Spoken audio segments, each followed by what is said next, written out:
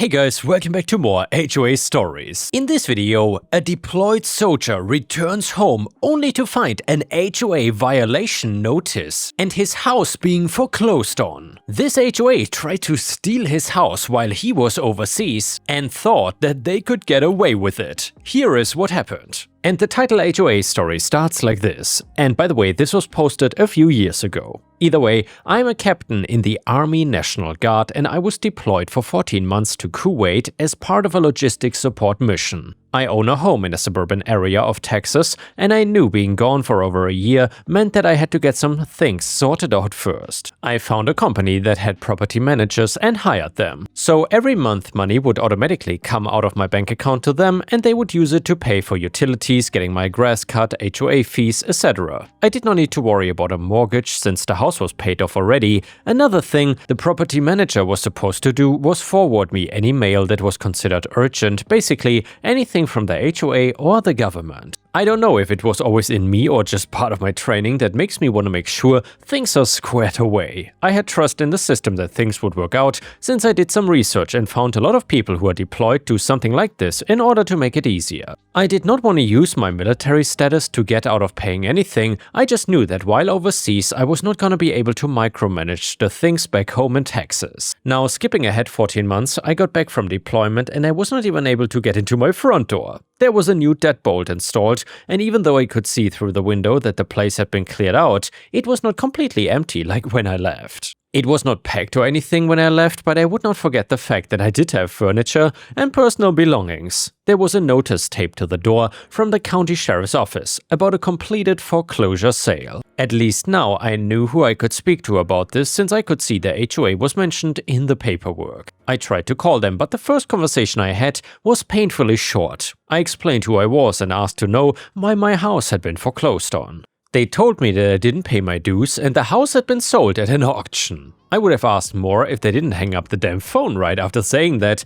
They wouldn't answer again either, so I had to physically go down to the office and speak to somebody. After I spoke to someone who I think was the same rude guy on the phone, I got answers. So they said that I owed $2,400 in late fees, fines and accumulated HOA dues. They claimed that they'd been sending me letters for the last 8 months, starting about 6 months into my deployment. They did not care what I had to say about the property manager and even told me the house was already sold, so there wasn't anything I could do about it. Like a normal person, I wanted to speak to my property manager and ask him basically why he didn't do his job of taking care of my house. I feel like a foreclosure is the exact opposite of what they should be doing. Well, I could not get in touch with him, and after looking up the company to speak to their main office, I found out the ugly truth.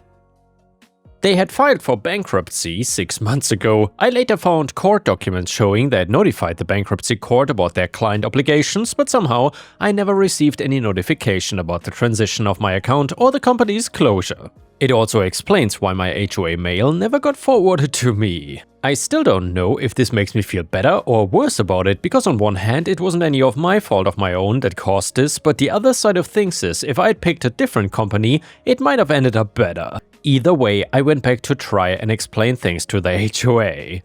I found out my property manager filed for bankruptcy and I was not getting my mail forwarded anymore. I really thought the payments were going through automatically. I was deployed overseas on active duty, so you can understand it being difficult to check on things regularly. HOA person: it is your responsibility to make sure payments get in, not property managers. We send notices and follow all legal procedures. It's not our fault that you didn't keep on top of things.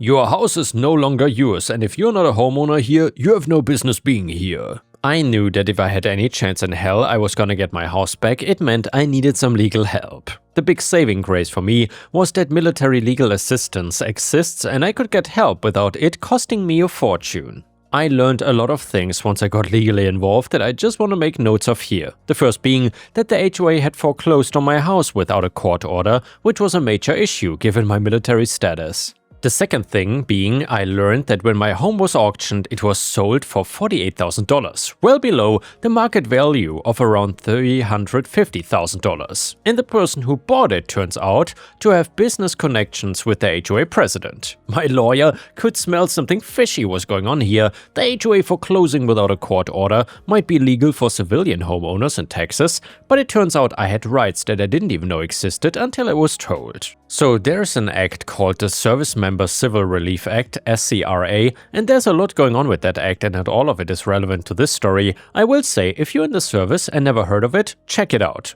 According to the SCRA, service members on active duty are protected from foreclosure actions without a court order. This includes HOA liens and assessments when they can result in loss of property. The law specifically states that foreclosure proceedings require judicial approval when a service member is on active duty and for 90 days after returning from deployment. I had a case now to bring the HOA to court under the fact that they had gone against this act by foreclosing my house from lack of payment while I was on active duty. The HOA president was served the papers that I was taking them to court. Well, I did not really need much more evidence aside from the act and the proof that I was overseas on active military duty during the entire foreclosure process. The legal process took about 4 months to work through the system. During this time, I had to stay with friends and family while gathering documentation and working with JAG lawyers. I had to provide my deployment orders, proof of active duty status, and evidence that the property management company had failed to forward critical notices. The judge ruled in my favor and the person who had purchased the house was required to deed the property back to me. The court found that the HOA had violated federal law by proceeding with the foreclosure without obtaining proper court approval given my protected status.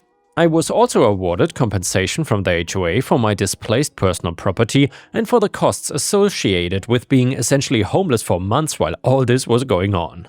The buyer, while connected to the HOA president, was not found to have done anything illegal. They had participated in what appeared to be a legitimate auction even if the underlying foreclosure was improper. I was happy that I won, but it was what happened after I won my house back that made me feel really good inside. So the news got a hold of the story, and while it wasn't anything national or something, the local media was quick to pick it up. The angle the news went with was talking about how HOAs can abuse their power and how they had harmed someone who was serving overseas to protect everyone's freedoms. I was also getting letters and emails, mainly people wishing me well, thanking me for my service or offering support. A few other veterans reached out sharing similar experiences with property issues during deployment. I guess the pressure of everything either got to the president or the rest of the HOA board was getting nervous about potential liability too. Either way, there was an emergency board meeting called and honestly, I did not even attend. I just learned that the end result was the president stepping down and new policies being implemented for handling accounts of deployed military members. I guess biting off more than he could chew led to him choking on the consequences. I was glad to move back into my house and my neighbors seemed genuinely happy to see me return. I was met with several of them welcoming me home and a few even had small American flags in their yards to show their support. I think I'm pretty fortunate to have neighbors that were happy to see me come back home despite not being super close to any of them before I was deployed.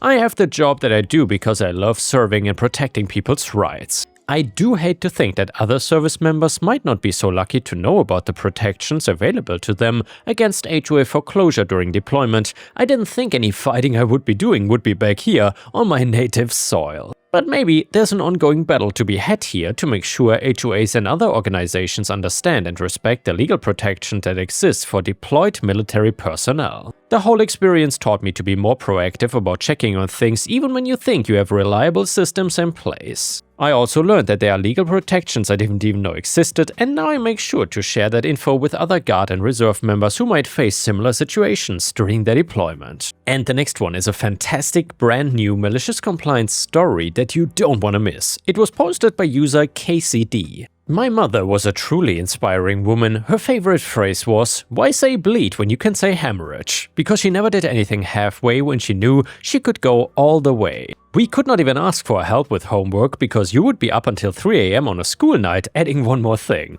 Then you would go to school with this magnum opus while everyone around you phoned it in and still got an A. She would rarely get angry, but if you activated her righteous indignation, the repercussions would be legendary. There was one such story of malicious compliance that she always loved to tell, and I just found the receipt, so I wanted to share it with everyone. It all started one day when I found a dagger in my brother's room.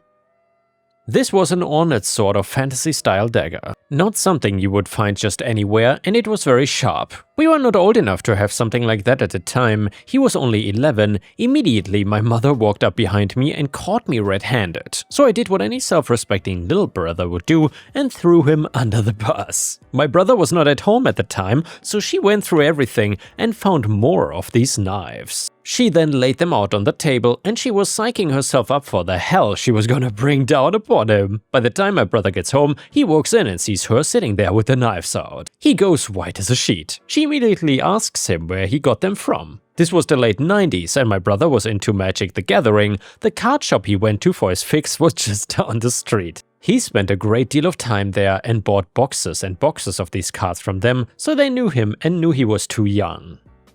Anyway, they had sold it to him, knowing full well that he was underage, no questions asked. My mother's jaw dropped, and moments later, we were pulling up to the place. She drags my brother into the store and puts the knives down in front of the woman who owns the place. She tells her that they had sold it to him. Yeah, so what? He is not 18 and he shouldn't have access to these. You need to tell your employees to check IDs before they sell weapons to minors. She was willing to give her the benefit of the doubt before she snapped back with, "It's a joke, it's humor, don't you get it?" Ah, so the problem is you. I'm his mother and I don't think it's funny. If you won't follow the law, at the very least I need you to stop selling weapons to my son. I'll do whatever I want. The woman further said, "If you don't like it, tell the news." Surely, this woman does not know who she's talking to or the length that my mom was willing to go for her kids. I don't know why on earth that would be the phrase you would use. Now you're just asking for it. My mom gives her one last chance before their hammer drops. So you're saying that even without my permission, having asked you not to personally and knowing it is illegal, you would still sell a knife to him?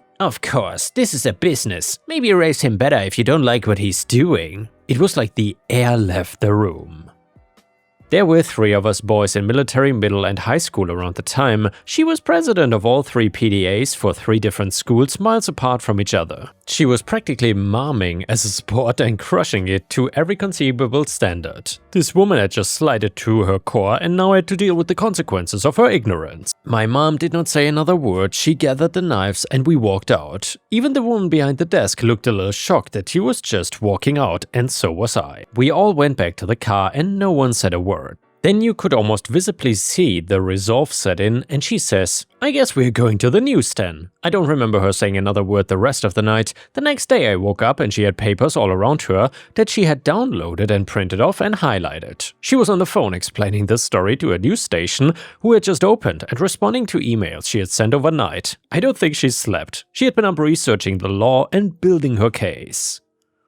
The first reporters she talked to did not seem to see what she saw in the story and told her they would not pick it up. Every time she was told no, she would ask for references to someone who would do something like this. It took weeks of phone tag, and she called the next reporter, then another, leaving messages and following up. Finally, she found an investigative reporter who would work with her. They decided that the best course of action was to put a hidden camera on my brother to send him undercover to buy something larger. Believe me, I'm well aware of how outlandish that sounds. They met up down the street and gave my brother some money to buy the biggest weapon he could get. I seem to remember it being $120, wired him up with a microphone and a spy camera they had bought at a Radio Shack, and he went in and he bought a legit full sword from the place. They jokingly told him not to kill anyone with it as he was walking out and never asked to see an ID. Afterwards, the reporter interviewed the store owner, who stuck with her old fallback of it being funny to sell deadly weapons to kids. Then they interviewed my mom outside the shop,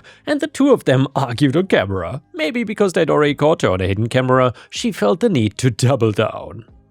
She had to think people would side with her for some reason. She was irate. However, my mom just kept feeding her the rope to hang herself with, and the shop owner tied the whole thing into a neatly wrapped bow for the reporter. Just a spectacular failure on her part. It is hard to imagine how it could have gone any worse. And sure, it's just a local news report from the 90s. For my mom though, it was her hero moment. She knew she was right and she knew this person had to be stopped, and she did it all the way, just like everything else she ever did.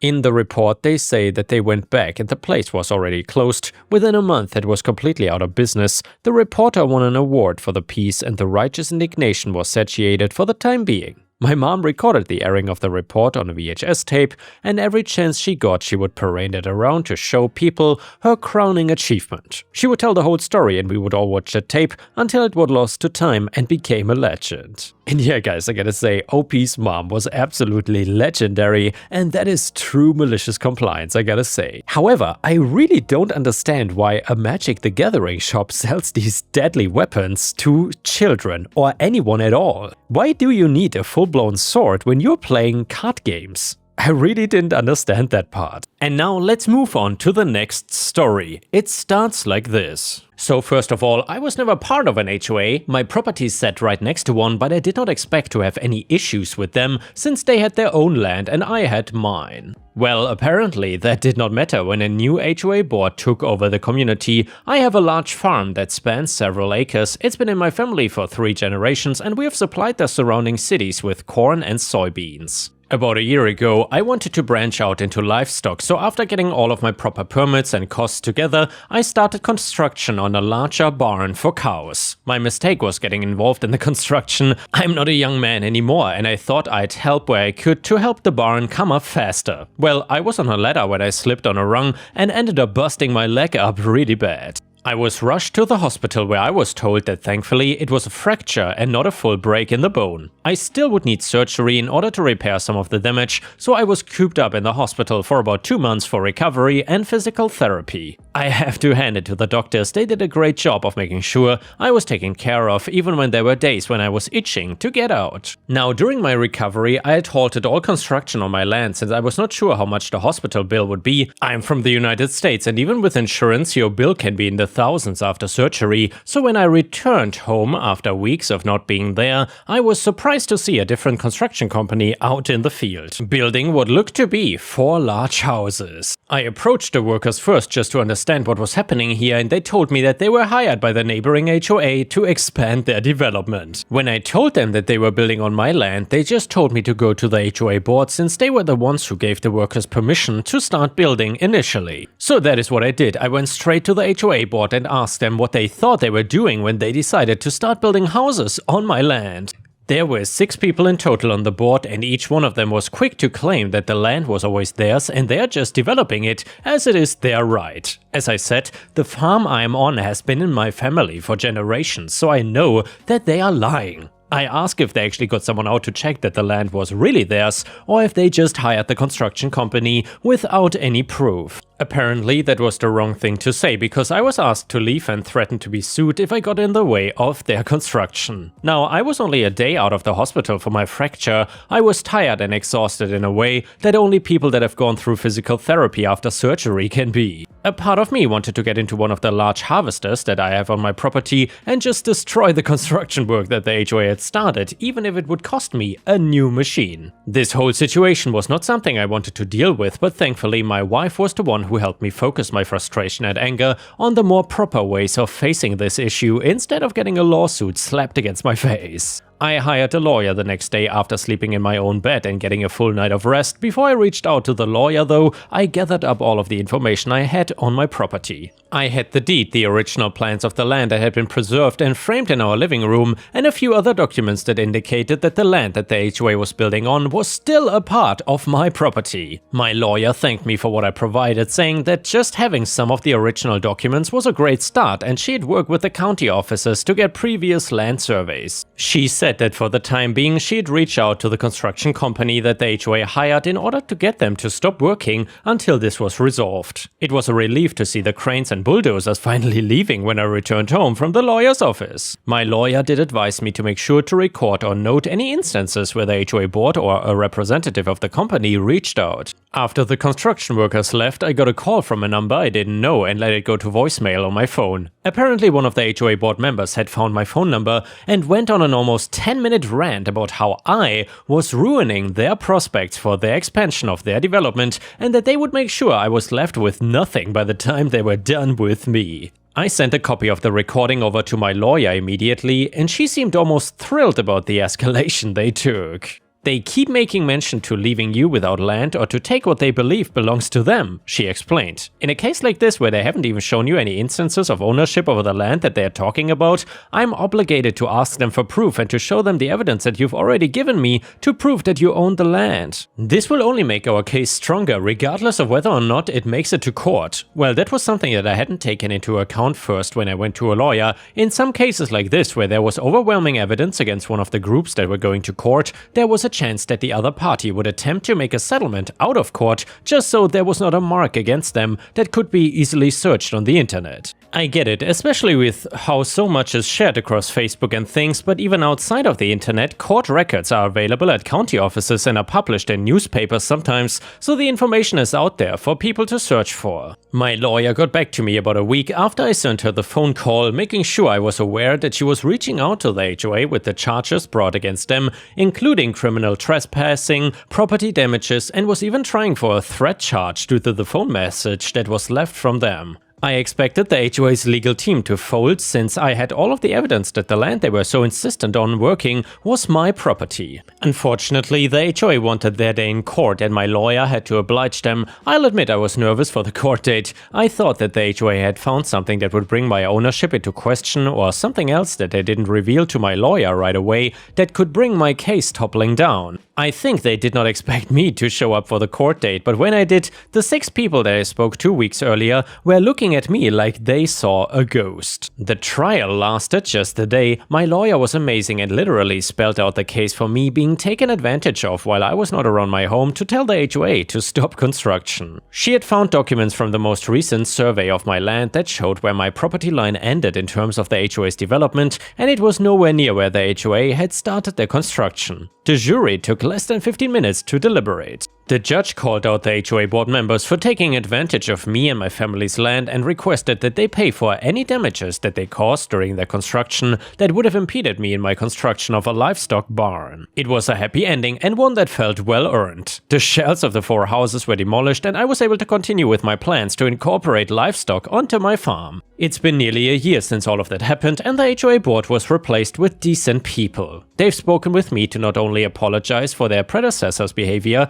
but to confirm where my property is so that they don't encroach on it in the near future. And before we end the video, let's read one last funny story from r/malicious compliance. It is titled, "Dress more appropriately for church? Sure, I will follow the rule literally." So a couple years ago, I joined a small but tight-knit church community. Everyone was pretty relaxed, people came in jeans, dresses, even t-shirts sometimes, especially at youth services. No one was disrespectful, just comfortable. I usually wore long skirts or dress pants and nice tops, nothing flashy and definitely nothing revealing. But apparently that was not churchy enough for one particular elder, an older woman. After service one day, she pulled me aside and said with that sweet fake smile, "Sweetheart, I just want to encourage you to dress a bit more appropriately. We should always look our best for the Lord." I was confused. I asked what exactly was inappropriate about my outfit, a long navy skirt, a tucked-in blouse, and flats. She said, "It's not bad, but you know, not quite holy attire. Maybe think about what you would wear if Jesus was sitting in the front row." The next Sunday I showed up in my most over-the-top church outfit, full floor-length choir robe, white gloves, a white-brimmed hat with a fake bird, and a little veil. Bible in hand, stockings, low heels, and pearls. I looked like I was either about to preach, get baptized, or time travel back to 1954. People stared. One usher asked if I was part of the clergy now, and someone whispered, "Is she in a play?" And bless her heart, the elder gave me a stunned little nod when I sat close to her and said, "You look very reverent today." Thank you. I figured this is how Jesus would want me to show up. Next week, back to my usual outfit, never got a comment again. And someone said in the comments, mate, if Jesus were in the front row, I would not be caring about what I'm wearing. And yeah guys, thank you for watching. I will see you again tomorrow.